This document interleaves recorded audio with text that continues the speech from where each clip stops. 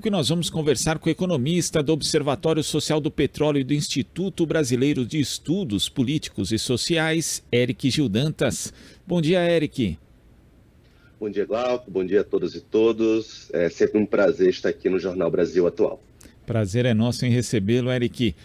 E a Frente Parlamentar em Defesa da Petrobras, que é presidida pelo senador Jean Paul Prats, e a Associação Nacional dos Petroleiros Acionistas Minoritários, presidida por Mário Dalzotti, ingressaram ontem com uma ação popular na Justiça Federal do Rio de Janeiro contra a distribuição antecipada de dividendos pela Petrobras. Eu queria que você falasse, Eric, a respeito do teor dessa ação e da importância dela desse momento.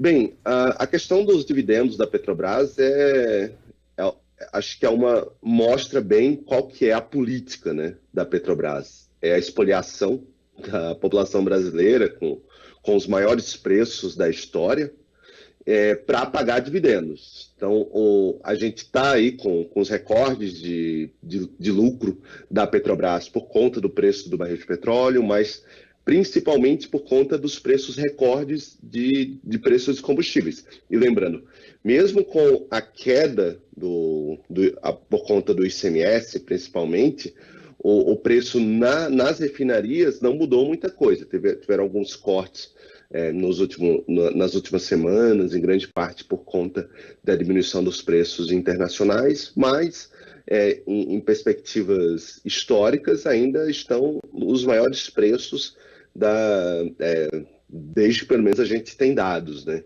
Então, e além disso, a Petrobras também está vendendo muitos ativos. Então, há muitas privatizações.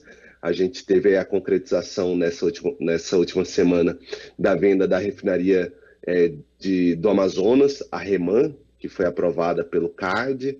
Então, a junção de preços de combustíveis por conta do PPI muito, muito elevados, os maiores da história, e as vendas, as privatizações da Petrobras, cria essa situação de lucros muito elevados, mas que não seria automático o pagamento de dividendos tão altos, né? Afinal de contas, nesse ano, novamente, pela segunda vez, a gente está tendo distribuição de dividendos maiores do que lucros, que é uma aberração.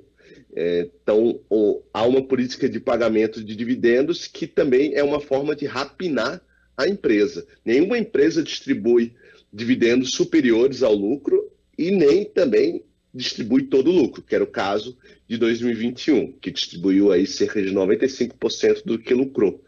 Porque a empresa ela tem que ter reinvestimento, tem que fazer novos investimentos. Então, a Petrobras ela cria o PPI em grande parte com a desculpa de que a gente não pode prejudicar a capacidade de investimento da Petrobras. Aí joga o investimento da Petrobras para os menores patamares na última década e paga tudo isso em dividendos. Ou seja,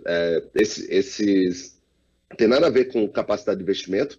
A Petrobras ela está lucrando todo esse mais de 100 bilhões de reais, distribuindo mais de 100 bilhões de reais de dividendos, e está tendo um nível de investimento pífio, ridículo, de empresas que não estão nem aí para o seu próprio futuro.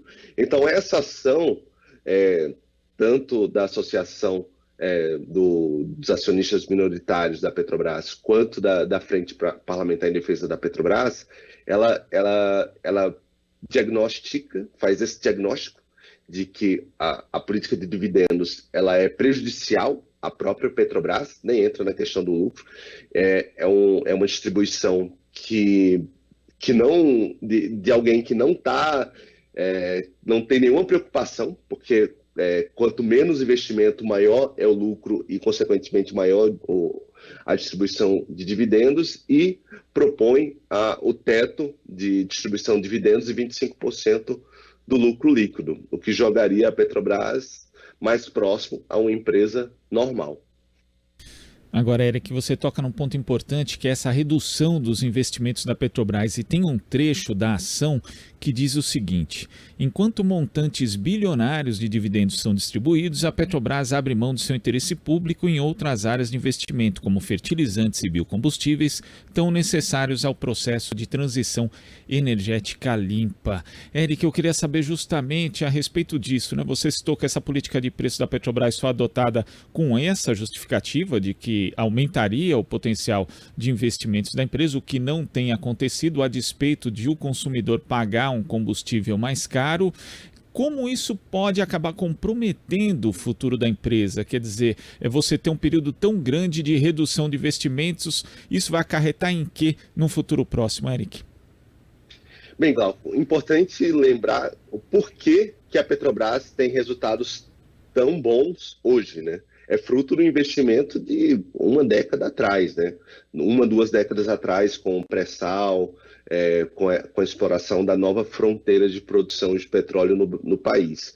E que absorveu muitos investimentos. Então, uma petroleira, ela pode estar lucrando muito agora, mas ela sempre tem que estar com uma visão de longo prazo, porque é um setor com investimentos de centenas de bilhões de reais e que, se você não estiver encontrando novos poços de petróleo, ajustando a sua tecnologia com as melhores tecnologias do mundo e também diversificando. Então, lembrando que a Petrobras está saindo de vários setores. Você citou a questão dos fertilizantes, mas ela está saindo ou praticamente abandonando todos os outros setores que não a exploração e produção do pré-sal, mais especificamente. Então, ela vendeu refinaria, tentou vender os biocombustíveis, vendeu ou desativou as FAFENs, as fábricas de fertilizantes, saiu da distribuição com a venda da BR Distribuidora, saiu da distribuição de gás de cozinha com a venda da Liquigás, saiu da parte de transporte de gás natural com a venda da NTS, da TAG e já da avançada privatização da TBG, que é a transportadora Bolívia Brasil de gás natural. Então, a Petrobras está saindo de vários setores. Ela está se concentrando em um só, praticamente só no pré-sal. Ou seja, a empresa ela não diversifica, e isso, uma petrolífera muito grande, como todo mundo é assim, as petrolíferas, elas diversificam as suas atividades, porque elas não podem concentrar todo o risco em uma só atividade, porque, por exemplo, se o preço do barril de petróleo ele cai muito, como aconteceu em 2020, ou como aconteceu em 2015, 2016, ela vai ter muito mais prejuízo se ela não atuar em outros setores, como do refino, por exemplo, que serve como uma forma de contrabalancear quando tem preços muito baixos. E também a questão da transição energética, né, que fala o documento. Porque a Petrobras, ela praticamente abandonou toda forma de transição energética. Ela está saindo dos biocombustíveis, ela não faz mais investimentos para ter outros tipos de atividades, como eólica, como solar, ou ela estagnou, ou ela retrocedeu em todos os setores. E a gente está em um período que se fala, toda petrolífera, ela virou uma empresa de energia, porque ela tem que diversificar para se preparar para a transição energética. A Petrobras, a partir de 2016, com todas essas mudanças, com a entrada do Michel Temer, depois do golpe na Dilma, a Petrobras ela ignora agora a transição energética. E essa política dos dividendos mostra por que isso, né? A tentativa é expoliar o máximo possível da Petrobras no curtíssimo prazo, e o futuro pouco interessa para as pessoas que defendem e que se beneficiam dessa política de dividendos, que paga mais dividendos do que tem de lucro. Agora, Eric, é interessante, né? Porque às vezes a gente fala que a Petrobras hoje tem uma gestão praticamente privada por conta dessa dissociação da empresa com o interesse público de uma forma geral. Mas na prática é uma má gestão privada ainda, porque, como você ressaltou, ela vai na contramão de outras grandes gigantes do petróleo mundial ao desintegrar a sua cadeia, né? Ao centrar fogo apenas num setor da produção da extração e produção de petróleo. Então isso pode também acabar comprometendo, daqui a pouco pode dar lucro durante alguns anos, mas depois a Petrobras pode correr riscos também seríssimos nesse mercado, Eric? Legal. A questão dos investimentos fica óbvio, né? O problema, porque é uma empresa que agora ela não quer mais investir. Uma empresa que pensa no seu longo prazo, pelo menos no médio prazo, ela investe. A gente está em um dos menores patamares de investimento das últimas 2 décadas. Então, a Petrobras ela não quer mais investir. Na verdade, eu acho que a distribuição de dividendos acima do lucro, esse ano tem muito a ver com as questões políticas. Como se vislumbra que o Lula pode se eleger e que o Lula não manterá uma política de pagamento de dividendos como essa, que é um tremendo absurdo, eles querem tirar o máximo de dinheiro da Petrobras, ou seja, espoliar a Petrobras o máximo possível. Mas, de fato, não é uma prática de mercado isso. Ou imagina se todas as empresas tirassem mais dividendos do que tem de lucro, até conceitualmente é uma aberração, né? Você distribui, porque dividendos é a distribuição de lucros a pessoas físicas, a distribuição do lucro, né? E você distribui mais lucro do que tem de lucro. Então, é uma aberração. E isso não é sustentável para nenhuma empresa, nem para uma mercearia na esquina de casa, nem para petrolíferas. Então, é uma política que ignora a saúde financeira da empresa completamente e que não um presidente como esse não seria contratado para presidir nenhuma outra empresa privada, com certeza. E tem uma outra questão aqui também, Eric, que é o seguinte, né? Às vezes boa parte dos liberais brasileiros, até o presidente Jair Bolsonaro já falou, né, de aproveitar o dinheiro proveniente da privatização para pagar, por exemplo, o Auxílio Brasil, o que na prática significaria vender o almoço para pagar a janta, mas existem inclusive impeditivos legais para que isso não ocorra. Mas no caso da Petrobras, dinheiro vindo da venda de ativos está sendo repassado também para pouquíssimas pessoas. Isso também soa bastante absurdo quando a gente vê, né? Porque o discurso todo é a privatização, o dinheiro a gente vai poder investir e tal, mas não é isso que está acontecendo também.